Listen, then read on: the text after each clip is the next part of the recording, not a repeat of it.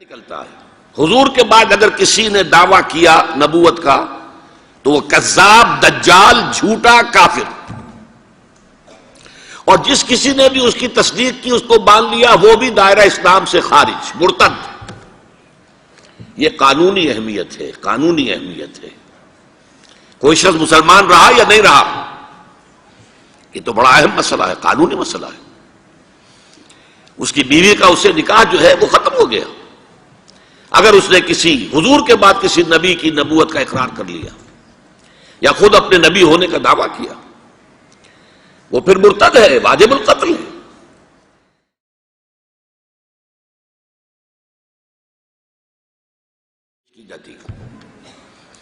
سورہ احزاب کی آیت، ما کان محمد ابا احد من رجالکم ولکن رسول اللہ وخاتم النبیین۔ محمد صلی اللہ علیہ وسلم اے مسلمانوں تم میں سے کسی مرد کے باپ نہیں ہیں۔ زید ابن حارثہ کو اگر حضور نے منہ بولا بیٹا بنا لیا تھا تو منہ بولا بیٹا کوئی حقیقت نہیں رکھتا، ورنہ آپ کسی مرد کے والد نہیں ہیں۔ آپ کو اللہ نے بیٹے دیے بھی ابتدا میں، وہ فوراً فوت ہو گئے۔ آپ کے عمر کے آخری دور میں بھی حضرت ابراہیم کی ولادت ہوئی حضرت ماریہ قبطیہ کے بطن سے، وہ بھی فوت ہو گئے بچپن میں۔ تو ما کان محمد ابا احد من رجالکم ولکن رسول اللہ وخاتم النبیین، وہ تو اللہ کے رسول ہیں اور نبیوں کی مہر ہیں، مہر لگ گئی، اب یہاں سے کوئی اور شے نہیں نکل سکتی، یہ بند ہو گیا راستہ، یہاں سے اب کسی اور نبوت کے اجرا کا سوال پیدا نہیں ہوتا۔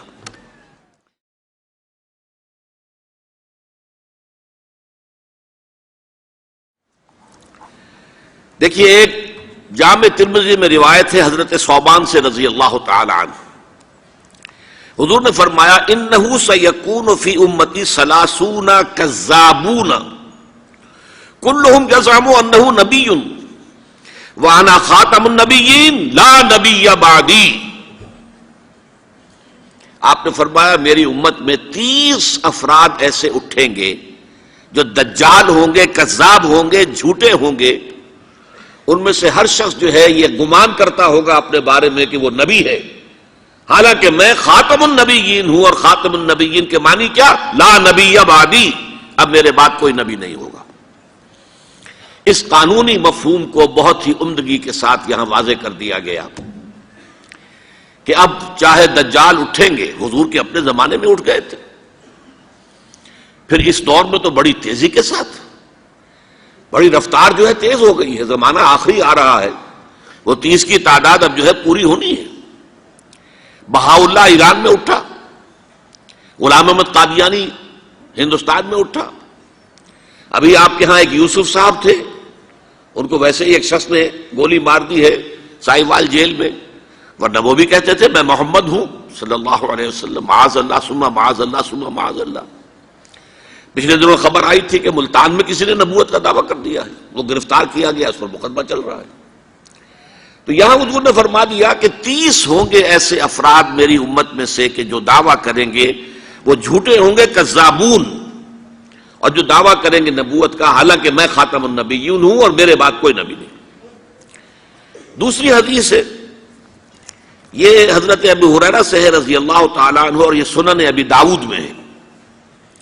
لا تقوم الساعۃ، حضور نے فرمایا قیامت قائم نہیں ہوگی حتی یخرج 30 دجالون، جب تک کہ 30 دجال ظاہر نہ ہو جائیں، کلہم یزعم انہ رسول اللہ، جن میں سے ہر شخص یہ کہے گا اور سمجھے گا کہ میں اللہ کا رسول ہوں۔ یہ 2 حدیثیں ہیں لا نبی بعدی کے مفہوم کے اندر، قانونی مفہوم جو ختم نبوت کا یہ مفہوم ہے کہ آپ کے بعد کوئی نبی نہیں۔ دوسری حدیث سنیے، اس میں تکمیل نبوت کا تصور آ رہا ہے، بڑی پیاری حدیث ہے، حضرت ابو ہریرہ رضی اللہ تعالیٰ عنہ سے مروی ہے، اور اس حدیث کی سند بہت قوی ہے، متفقون علیہ، بخاری اور مسلم دونوں میں۔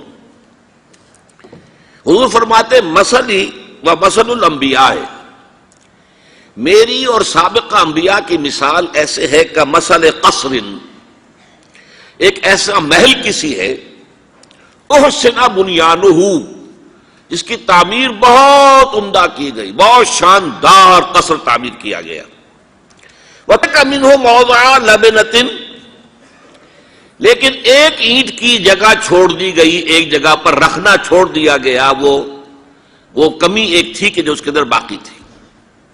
فَطَافَ بِهِ النَّظَارُ يَتَعَجَّبُونَ مِنْ حُسْنِ بُنْيَانِهِ، تو اس محل اور قصر کا طواف کرتے تھے لوگ، ارد گرد گھومتے تھے اور بہت تعجب کرتے تھے، کتنی شاندار عمارت ہے، کتنی عظیم عمارت ہے، کیسا عالیشان محل تعمیر کیا گیا ہے۔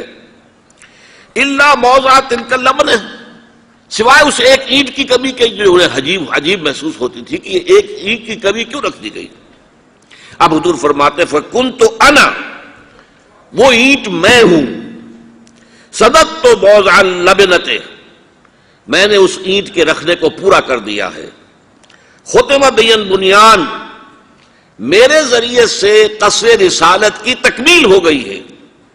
وَخُتِمَ بِيَ الرُّسُلُ، اور میرے ذریعے سے مجھ پر رسالت کا اختتام ہو گیا۔ اب یہاں محل اور محل میں ایک کمی اور اس کمی کا آپ کے ذریعے سے پورا ہو جانا، یہ ہے تکمیل نبوت و رسالت کا معاملہ۔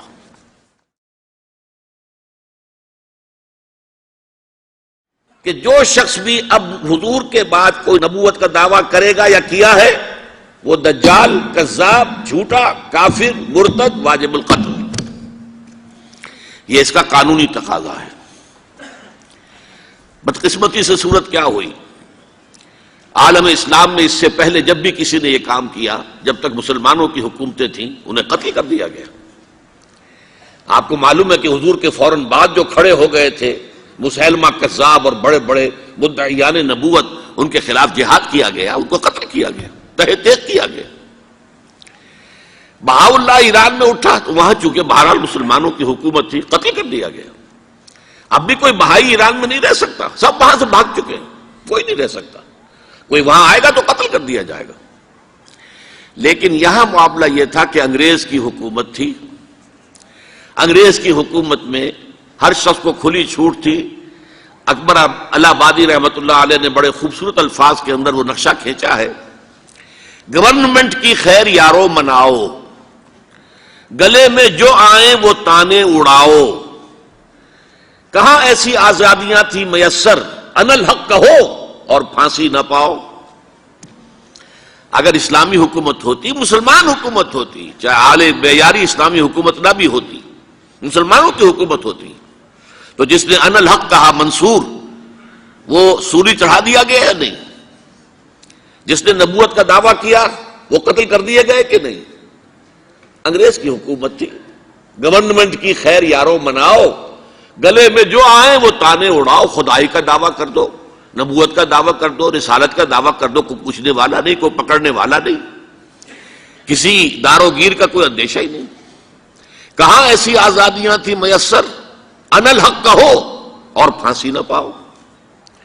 اسی زمانے میں ایک واقعہ یہ ہوا تھا، غلام احمد قادیانی نے ایک دعوتی خط لکھا کابل کے حکمران، اب میں بھول رہا ہوں کہ وہ امیر دوست محمد خان تھے یا امیر عبد الرحمن خان تھے، ان دونوں میں سے کسی کے سامنے وہ خط پہنچا۔ جیسے کہ حضور نے خطوط بھیجے تھے قیصر کو، کسریٰ کو، تو اس کو بھی شوق چرایا کہ میں بھی تو اب نبی ہوں، نبوت کا دعویٰ کر چکا ہوں، تو مجھے پڑوس کا ملک جو ہے افغانستان، وہاں کے بادشاہ کو دعوت دینی چاہیے کہ وہ مجھ پر ایمان لائے۔ جب وہ خط وہاں پہنچا ہے تو امیر کابل نے اسی خط پہ 2 الفاظ لکھ دیے اور واپس کر دیا۔ الفاظ کیا تھے؟ این جا بیا، یہاں آؤ ذرا اور یہاں آ کر تم دعویٰ کرو نبوت کا۔ یہ تم انگریز کی چھتری تلے بیٹھے ہوئے دعوے کر رہے ہو، انگریز کے سائے تلے جو ہے، اور انگریز جو ہے تمہیں سپورٹ کر رہا ہے، تم نے جہاد کو جو ہے ختم کر دیا، دین کے لیے حرام ہے اب دوستو قتال، حرمت قتال۔ انگریز کو اور کیا چاہیے تھا؟ گلیڈسٹن نے جبکہ وہ وزیر اعظم تھا برطانیہ کا، اس نے کہا تھا اپنی پارلیمنٹ میں قرآن کو لہرا کر، جب تک یہ کتاب دنیا میں موجود ہے امن قائم نہیں ہو سکتا۔ یہ تو جہاد اور قتال کی بات کرتی ہے، تو ان کو اور کیا چاہیے تھا کہ اگر کوئی اس قتال کو ختم کر دے، منسوخ کر دے، اور مسلمانوں میں سے جذبہ جہاد اور قتال فی سبیل اللہ کو نکال دے، تو اس سے بڑی اور کیا خدمت ہوگی؟ لیکن یہ کہ اگر تمہیں یہ دعوت دینی ہے تو ذرا یہاں آؤ، جا بے آ، یہاں آ کے یہ دعوت دو مجھے، تاکہ تمہارے 14 طبق روشن ہو، تمہیں معلوم ہو کہ اس دعویٰ کرنے کا مطلب کیا ہے۔ لیکن ایک بات میں اب آپ سے عرض کر رہا ہوں، ہم پر اللہ کا بڑا کرم ہوا تھا، اس میں کوئی شک نہیں۔ اس ملک میں 1974 میں جو فیصلہ ہوا قادیانیوں کے غیر مسلم اقلیت قرار پانے کا، وہ واقعہ یہ ہے کہ بہت ہی مبارک فیصلہ تھا۔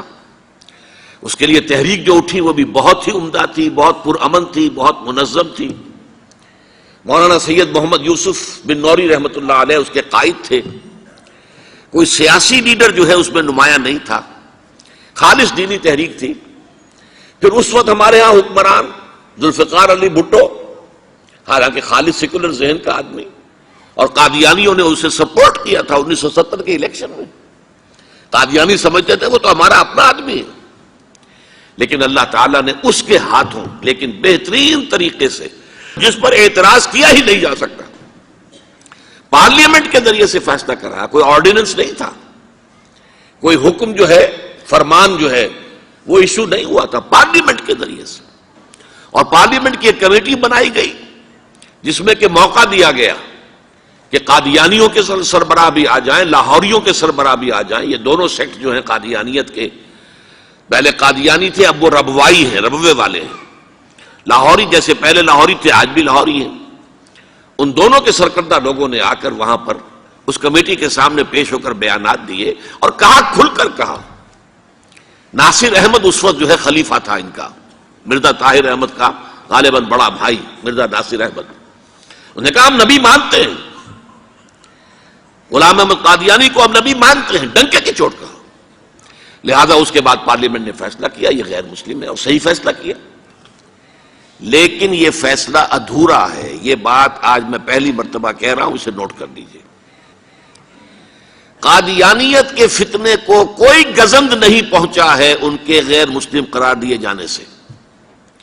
وہ فتنہ جوں کا توں پنپ رہا ہے، جوں کا توں پھیل رہا ہے، جوں کا توں وہ اپنے سرطان کی جڑیں پھیلا رہا ہے ہمارے معاشرے میں۔ اور ویسے یہ کہ عالمی سطح پر انہیں بڑی سرپرستی حاصل ہو گئی ہے، پوری دنیا جو ہے، مغربی دنیا، وہ ان کی سرپرستی کر رہی ہے۔ لیکن یہ کہ اندرون ملک بھی اس فتنے کا قلع قبا اگر ہو سکتا تھا تو صرف اس وقت جبکہ اس فیصلے کا جو قانونی اور منطقی تقاضا ہے وہ بھی پورا کیا جاتا، اور وہ یہ کہ مرتد کو قتل کی سزا دی جاتی۔ اسلام میں مرتد کی سزا قتل ہے۔ وہی میں نے آپ سے عرض کیا، حضرت ابوبکر صدیق کے زمانے میں کیوں قتال کیا گیا، اور جتنے بھی لوگوں نے نبوت کے دعوے کیے انہیں کیوں قتل کیا گیا ہمیشہ اسلام کی تاریخ میں۔ لہذا مرتدین کی سزا، سزائے قتل جب تک نافذ نہیں ہوگی، اس فتنے کو کوئی گدن نہیں پہنچے گا۔ بلکہ وہ تو اپنے آپ کو مظلوم سمجھتے ہیں اور مظلوم کیسے سے پیش کرتے ہیں۔ اور ظاہر بات ہے کہ وہ سارے شاعر، چاہے آپ آرڈیننس نافذ کر لیں، لیکن ان کے جمعے کی نماز ہوتی ہے۔ یہ ٹھیک ہے کہ وہ مسجد کی شکل نہیں بنا سکتے، ماڈل ٹاؤن میں ایک بڑی کوٹھی کے اندر ان کا جمعہ ہوتا ہے، ان کی عیدیں علیحدہ ہوتی ہیں۔ وہ سارے شاعر اسلامی کو استعمال کر رہے ہیں، اور الٹا مظلومیت جو ہے اس کا لبادہ اوڑھ لیا ہے۔ جیسے دنیا میں یہودیوں نے ہولوکوسٹ کی مظلومیت کا لبادہ اپنے اوپر اوڑھا ہوا ہے۔ ہم جو چاہے ظلم کر لیں نوع انسانی پر، ہمیں کوئی گدن نہیں پہنچا سکتا، اس لیے کہ ہم نے اتنا بڑا ظلم سہا تھا۔ ہولوکوسٹ ہمارے 60 لاکھ آدمی جرمنوں نے ختم کر دیے تھے، تو اب اگر 8-10 لاکھ مار دیں فلسطینی یا کوئی اور عرب یا اور مسلمان تو کون سی بڑی بات ہے۔ اسی طرح قادیانیوں نے مظلومیت کا لبادہ اوڑھا ہوا ہے، اور ان کو کوئی قدم نہیں پہنچا ہے جب تک کہ قتل مرتد کی سزا یہاں نافذ نہیں کی جائے گی۔ اس میں یہ ہونا چاہیے تھا کہ جس روز میں یہ فیصلہ ہوا ڈکلیئر ہو جاتا ساتھ ہی۔